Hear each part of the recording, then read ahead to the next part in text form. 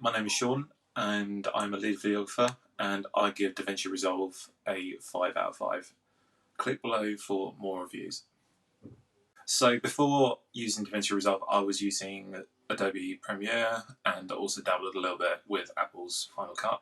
And the reason why I stopped using those softwares was I really wanted to have a platform which was much more all ingrained. So therefore, with DaVinci Resolve, you get things like your scrim edit, so you can actually do an edit very quickly, which is what you want to use an NLE for.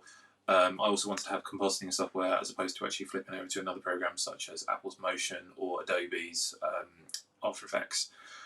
And I also wanted to have all the color control that I can get, and that was DaVinci Resolve is mainly used for. It was mainly used as a color program, and then it branched out to have more of these features. The other thing as well is that it also encapsulates Fairlight, which is an audio program as well. So then that's pretty much 3 of the programs all built into one. So therefore, it's a much more cohesive editing program. And the other main reason why I wanted to stop using Adobe's products was I was just tired of the whole endless subscription base. And with DaVinci, it's a buy it once and free upgrades. So the main reason why I started using DaVinci Resolve is because I really wanted to have that all-encompassing platform where there was no fragmentation for the edit.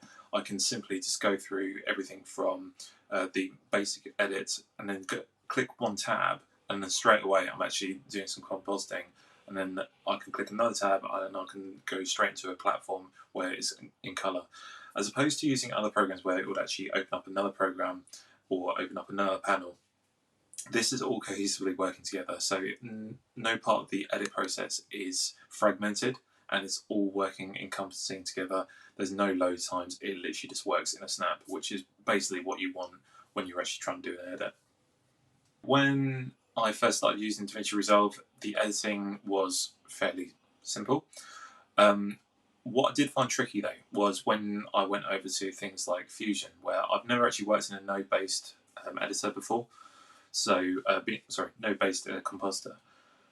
And it was a bit of a learning curve, to be honest with you, and I found it a bit tricky to actually understand some of the concepts and get my head around how it all works. So that took me a few weeks, maybe a month, to get my head around the basics. But once you get over that, then it just is plain sailing.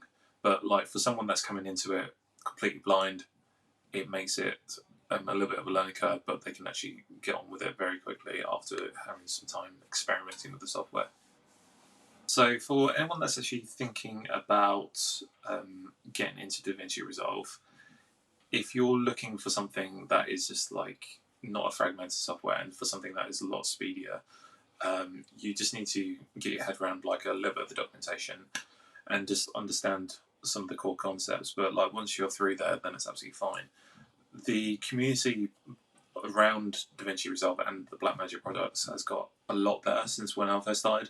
There's more tutorials online, there's more documentation, there's more people actually jumping over. So some of the influencers that I follow on socials, they're also now using it. So it's really good to actually see that it's actually coming all together. So yeah, my main thing that I would actually advise to someone is literally just get stuck in really and just understand the concepts, and once you've got your head around them, you're going to find a really powerful editing software.